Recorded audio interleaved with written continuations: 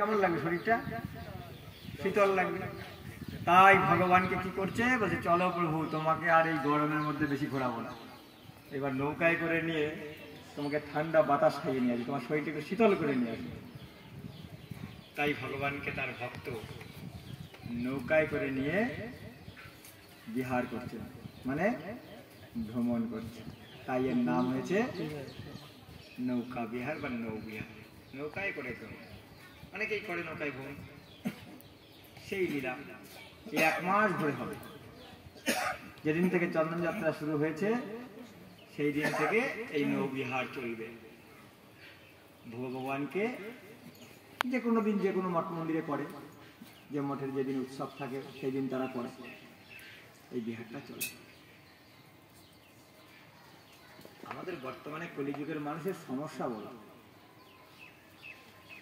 ভগবান কৃষ্ণ গীতাতে বলছে 7ম অধ্যায় 28 নম্বর শ্লোক, মন দিয়ে শোনো। येषां तत्त्वगतं प्रापं जनां पूर्णकर्मणां ते दण्डमोह निर्मुक्ता भजन्ते मां दृढव्रताः। আমরা দৃঢ়মতি হয়ে কেউ ভজন করতে পারি না, এটা হচ্ছে কলিযুগের সবথেকে বড় সমস্যা। দৃঢ়মতি, সুদৃঢ় বিশ্বাস যাকে বলে। কেন পারি না? ওই শ্লোকটার মধ্যে বলেন येषां तत्त्वगतं पापं जनां पूर्णकर्मणां দ্বন্দ্ব মোহ বিমুক্ত। যাদের পাপ সম্পূর্ণভাবে দূরীভূত হয়েছে তাহারাই দৃঢ়নিষ্ঠার সঙ্গে ভগবানের কি বললো, যাদের পাপ সম্পূর্ণভাবে ভূষীভূত হয়েছে, যে কোনো পাপের লেশ মাত্র নাই, তাহারাই দৃঢ়নিষ্ঠার সঙ্গে ভগবানের ভজনা করে। এইবার বুঝে দেখো যে আমি কতটা নিষ্ঠাবান ভগবানের ভজনে। বোঝা যাচ্ছে কথাগুলো? খুব তো ভাটা নাড়াচ্ছি, প্রতিদিন 3 বেলা ভোগ দিচ্ছি, কীর্তন গাইছি, নাচছি, গাইছি, আমরা হরি কথা বলছি, কিন্তু ভগবান বললেন যে সামতত্ত্বগতম পাপম জনাম পূর্ণকর্মণাম তে দ্বন্দ্ব মোহ নির্মুক্তা ভজন্তে মাম দৃঢ়ব্রতা। দ্বন্দ্ব আর মোহ থেকে যার নিবৃত্তি হয়েছে। দ্বন্দ্ব আর মোহ বুঝো?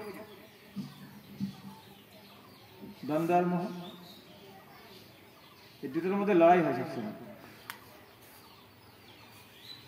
একটা বাংলা প্রবাদ আছে, শিশুকালে কৃষ্ণ ভজে কৃষ্ণ পবার আসে, মাঝ বয়সে কৃষ্ণ ভজে কৃষ্ণই আসে, এ কি নয় আসে। এই যে দ্বন্দ্ব শুরু হয়ে গেছে, আসছে আবার চলেও যাচ্ছে, হচ্ছে কি হচ্ছে না ঠিক নেই, আসে কি না শুরু হয়ে গেল দ্বন্দ্ব। আগে কিন্তু প্রথমবার দ্বন্দ্ব ছিল, শিশুকালে কৃষ্ণ ভজে কৃষ্ণ পাইবার আসে, কৃষ্ণ পাবে, এটা দৃঢ়মতি। মাঝ বয়সে দ্বন্দ্ব শুরু হয়ে গেল, কৃষ্ণই আসে কি নয় আসে। কেন না? একবার স্ত্রীর কথা ভাবে, একবার বইয়ের কথা ভাবে, একবার ছেলের কথা ভাবে, একবার সংসারে বাড়ি গাড়ি আত্মীয় স্বজন বন্ধু বান্ধব ব্যবসা বাণিজ্য এর কথা ভাবে, আবার একটু গোবিন্দ গোবিন্দ গোবিন্দ উঠে করে, মানে একবার গোবিন্দ গোবিন্দ ধরে, আবার একবার সংসার সংসার সংসার করে। এই দ্বন্দ্ব আর মোহের মধ্যে ছুটাছুটি করছে। তা বলো, কৃষ্ণ বলছে আমি 1 পা আসি, তো তুই এক সময় এমন ভাবে করিস আমি 3 পা পিছিয়ে যাই,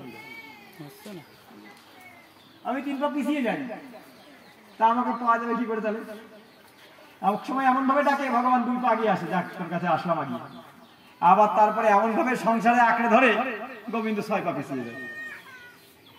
কিরকম 6 পা পিছিয়ে যায়? কৃষ্ণ ভজন করেছে। তাহলে কৃষ্ণ ভজন করলে কি হয়? তার দৃঢ়মতি হবে। यम लब्धा च परम लाभं मन्यते नावधिकं यस्मिन् अस्ति तद्दक्षिण गुरुणयोपि विचारते। যিনি কৃষ্ণ ভক্তদের দৃঢ়নিষ্ঠা অর্জন করেছেন, অতি বড় বিপদ তাকে চঞ্চল করতে পারবে না। ভগবানের ভজন করতে করতে যদি সংসার একটা যদি ঘটে গেল, ব্যাস রান্নাঘাটে রোল দিয়ে এমন কিছু করে এমন ভাবে করে ভগবান বলে বাবা থাক, তোর কাছে এসে আমি বসে থাকি, বাগিয়ে এসেছিলাম তো, তুই অনেক ভালোবেসে ফেলেছিস, এবার আমি 6 পা পিছিয়ে যাচ্ছি। একে বলে দ্বন্দ্ব আর মোহ। কৃষ্ণই আসে কি নাই আসে। আর বৃদ্ধকালে কৃষ্ণ ভজে,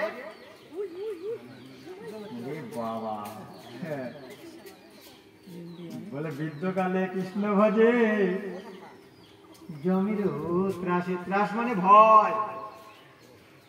ওরে বাবা কত ঘেচাং ঘেচাং করেছি, সাধুরা বলছে ঘেচাং ঘেচাং পর্যন্ত উড়ন্ত ঝুলন্ত চলন্ত বসন্ত কত সেবা করেছি, উড়ে বাবারে ডানার দিয়ে কোপ দিয়ে ডুবিয়ে একদম বসান দিয়েছি। এই ইয়ং ইয়ং মেয়েগুলো যখন বাড়িতে খায় তখন রাজহাঁসের মতন গপ গপ করে খায়।